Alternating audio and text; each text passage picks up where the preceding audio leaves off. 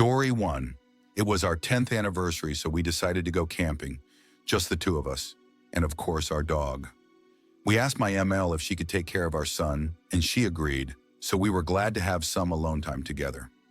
There is a big national park camping area near where we live. Little less than an hour drive. So that was where we were heading. It's basically a big forest with many small lakes, ponds, trails, and camping sites around. Pretty popular place during summer, but we still saw some people, even though it was late September and the weather was cold. We found a good spot next to a lake to set up our camp. It was a beautiful day, so we wanted to hike a bit in the forest. There was a nice long path that was going around the lake where we had our camp, so we chose to go that way. The lake was quite small, and there was another camping site by it. You could see there from our camp, and from there you could see our camp. They were almost on opposite sides of the lake. We walked past the another camp and saw a man there alone, just standing and staring us, not answering when we greeted him. He was maybe in his late 20s, around the same age as us. I thought at that point that he was maybe just shy and a little weird. He had a small tent set up and some other stuff all around the place, so I figured he had been there a while. We just continued walking and didn't think much to it. Eventually we got to our camp and started to set up our tent before it's too dark. We made some food by the fire and just sat there enjoying the peace. Suddenly, our dog starts barking like crazy. She was tied to a long wire around a tree. We immediately realized that she wasn't just paranoid and that there really was something in the woods and it was near. It had been very dark for hours at that point. I took the dog to a leash and my husband started to look around with his bright headlamp. Our dog just kept barking. We were confused and sure it was some kind of animal, maybe a bear or a moose, but we couldn't understand why it wasn't scared of us and why it wouldn't run away. My husband went ahead to the path that leads to the another camp. Right when he got to the path, which was just less than 10 meters away from our camp, he saw something on the ground. I told him to go check it out and followed with our dog. He stopped, turned at me and said, "It's a human laying on the ground." The first thing I thought was that maybe they were hurt or fucking dead or something. They just laid there not moving, facing the ground. We asked, "Are you okay? Are you hurt?" And they just suddenly stood up. Turned out it was the guy from the another camp. He was very scared of our dog and told me not to let her near him. I was kind of relieved that it wasn't some creepy-ass bear that was going to eat us, but I soon learned that a bear might have been less scarier than this guy. After he stood up, he walked straight to our campfire and sat down. My husband tried to ask him multiple times why he was sneaking in the dark forest without any light. He didn't give us any answer. We even laughed a bit and told him how we thought he was a damn bear or some shit, but he didn't even smile, just stared at the fire, looking annoyed. His right leg was soaking wet. He probably stepped off the path and dipped it in the lake on his way to our camp. He sat with us for 30 minutes, not talking much. He also clearly wanted to know where our dog was at all times. I saw he had a knife hanging from his belt, but I guess it's not that weird when you're in the woods. Every few minutes he put his hand in his pocket and just peeked at whatever was in there. Kind of like checking the time on your phone without taking it from your pocket, but it wasn't a phone he had there. I felt very uncomfortable and anxious by the whole situation. So when the 30 minutes had passed, he again stood up and mumbled about going back to his own camp, and left. He never gave us any explanation of why he came to our camp, or why he was stalking us in the dark. He tried very hard not to be seen when we found him. When I thought he was far enough, I told my husband that there's no way I'm sleeping in that tent. The biggest nope ever.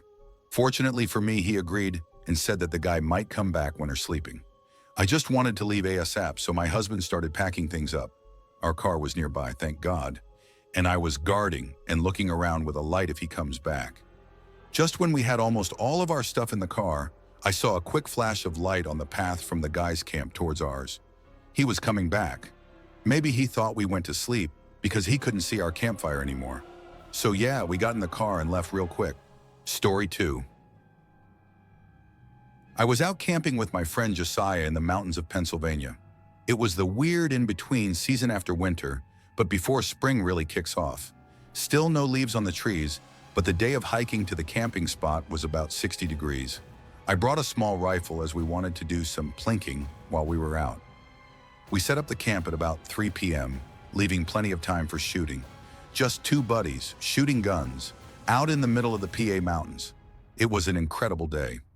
Night began to fall upon us, the air began to chill, and we built a fire for the night. Breaking out the bourbon, we talked about everything from future plans, girlfriends, and how society sucks. Josiah was used to camping, an industrious guy who had a passion for the outdoors, but, to put it kindly, was not the smartest person I have ever met. From across the next mountain, we begin to hear coyotes. This is common when camping in Pennsylvania. Something you should know about coyotes is that they are incredibly noisy, and you can hear them calling from miles away. Coyotes are also completely terrified of people and therefore not a danger in the slightest, or so I thought. The coyote calls were getting closer. Fine, we thought, as they were probably just using the trails to move more efficiently between the mountain peaks.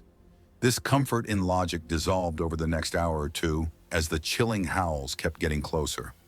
Josiah casually mentions that the coyotes are close, but he knew as well as I did that they were avoiding us. Shortly after he said this, the calls stopped. We were in complete silence. The pops and flickers of the dying campfire was our only indication that time itself hadn't frozen. The bushes behind us began to rustle. Grabbing my flashlight, I scanned the woods around Josiah and me, only to catch the reflection of about a half dozen sets of eyes in a half circle around us. We both realize what is happening at the same time. Josiah grabs the rifle, hands it to me, and in return, I hand him the flashlight. I slowly chamber around into the semi-automatic .22 caliber rifle, realizing that I probably don't have enough firepower to stop all of these coyotes should this situation continue to escalate. Josiah and I stand with our backs towards the fire, him using the light to illuminate each coyote the moment they break a twig underneath their movements. The coyotes, once illuminated, let out a bark, then move behind a tree. It appears as if hunting us is a game to them. As we stand there playing this game of high-stakes flashlight tag with a rifle, I come to presume that these dogs are coming out of a very harsh winter and are probably starved. The standoff lasts for hours. Just as quickly as they surrounded us, they vanished into the blackness of the forest, only to resume their haunting calls on other mountains. I slept with a rifle that night. To this day, I still don't know why a typically harmless animal made us fight for our lives that night. The next morning, the situation didn't get any better. Central Pennsylvania has odd weather snaps. The day before, 60 degrees Fahrenheit. This morning, there was about 3 inches of snow on the ground. Temperatures were below 10 degrees, and heavy snowstorms rolling in. This was uncalled for by every weather agency I checked before we set out on this adventure. We packed for temperatures as low as 30 degrees. Not this tundra. Hands were bright red, dexterity lost. I have been cold before, but this was the first time I was cold and unprepared enough to worry. Forget cooking breakfast. We need to get out of here before the snow picks up. We tear down tents, put on as many layers as possible, stretching shirts over each other, pack bags, and clean the site in less than an hour. We make our way down the War Trophy mountain that we battled for the night prior, but the trails below are covered by unpacked snow. We were going to have to use map and compass. We were also going to have to trailblaze through more difficult terrain if we wanted to make it to the car. We find a felled tree, lay out the map in the quickly accumulating snow, and try to orient ourselves. If you have never been cold, hungry, and most likely dehydrated while trying to identify mountain peaks and where they correspond on a map, then let me be the first to tell you that it is an aggravating experience where any decision could mean the difference between living and dying. We find 3 identifiable peaks, see the creek that we crossed in the previous morning, and have a plan to get through the 5 miles as quickly as possible in a straight shot. This wasn't a typical hiking pace. We were just short of jogging, both to keep body temperatures up and to expedite the trek until we could get into my used Saturn view and pray that the heat worked. 4 inches of snow now were weighing down our footsteps. As we approached the creek, we remember that the bridge that we crossed before was another 3 miles out of our way, a distance we were unwilling to add to our already suffering bodies. We need to find a way over this water that was only beginning to freeze, but quickly. Josiah heads northwest along the riverbank to look for a method of crossing. I direct myself southwest to do the same. The instructions were to not walk more than 200 meters away from the central location, so that we could still hear each other calling that a solution was found. Within a few minutes, I hear Josiah's calls, a tree that had fallen over the creek that offered about 3 feet of clearance above the hypothermic waters. I offered to cross first. Straddling this tree, I slide myself over the waters rushing below me, mistakenly seeing my pocket knife fall out of my pocket into those same waters. A mild inconvenience in any other situation could be the loss of a necessary tool for getting us out of this occasion. I crossed the river, choosing that creek bed to be the resting place for that knife. Josiah crosses after, clumsier than myself. His foot dips slightly into the creek, dampening his socks. Our time to get to the car is now cut into minutes if we do not get his foot warmed. We sit down, take off his boot, take off his sock. The cold wind and snow must have felt like knives against his skin. With our reduced movement of our cold fingers, I am helping him find a fresh pair of socks in my pack as he was wearing his last 2 pairs. Socks are something I always bring enormous quantities of during trips. I find the socks, Josiah puts them on, struggles to put on his boot, but we eventually begin our voyage again. We traverse the last few miles of the wilderness and make ourselves back to the SUV. At this point, we are nearly running towards the vehicle. 5 inches of snow. I unlock the doors, dump our packs in the back, and turn the key. The car revs, and the sound of the engine roaring over the snow was like the cries of victory we deserved.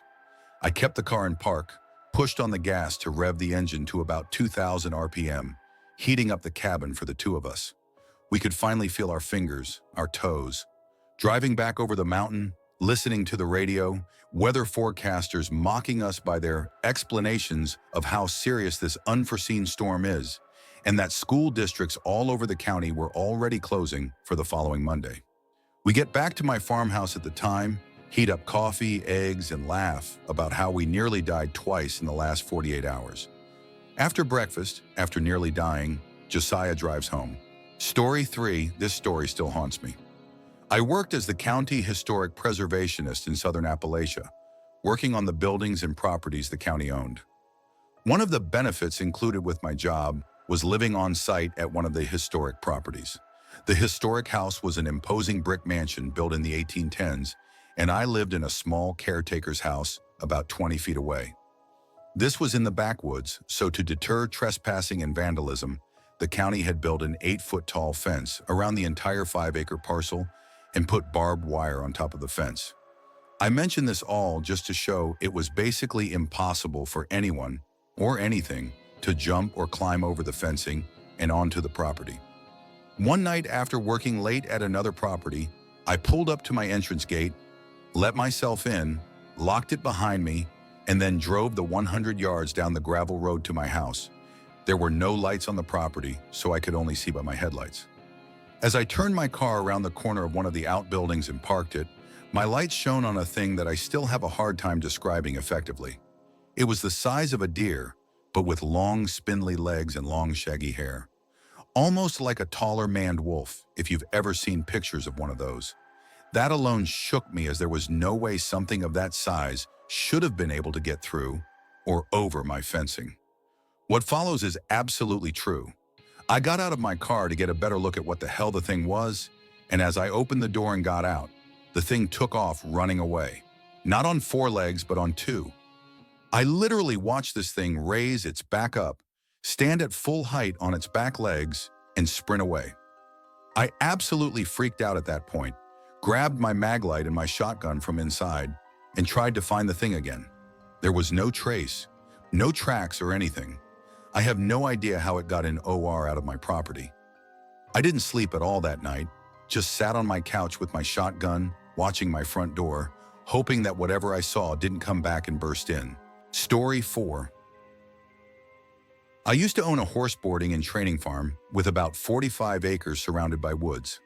I used to spend the night there quite a bit because I had to start chores early in the morning, so if I stayed too late, it wasn't worth it to drive home. One night at about midnight, my dog started to bristle up and growl at the door of the office I slept in, and then my iPod, which I kept on a speaker in the middle of the barn, started blasting out Johnny Cash's Ring of Fire at full volume, which I definitely hadn't left it on. Let me tell you, that song is fucking freaky as shit in the middle of the night. Like shit your pants freaky. My dog was full-on growling and barking at the door, so I cracked it and let him run out, figuring that if someone were in or around the barn, he'd get them. Anyone there would have been trespassing at that time of night.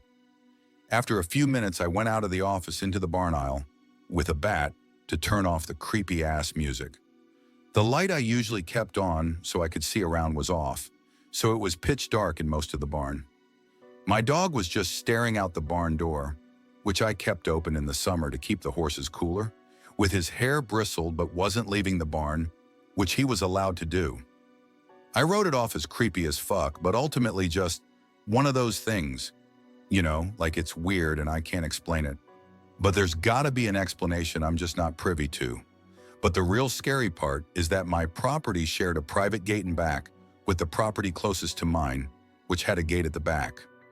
Most of my property was fenced because of the horses, and the property next to mine was like dozens of acres fenced with a chain link fence, which, if you know anything about rural fencing, is not done.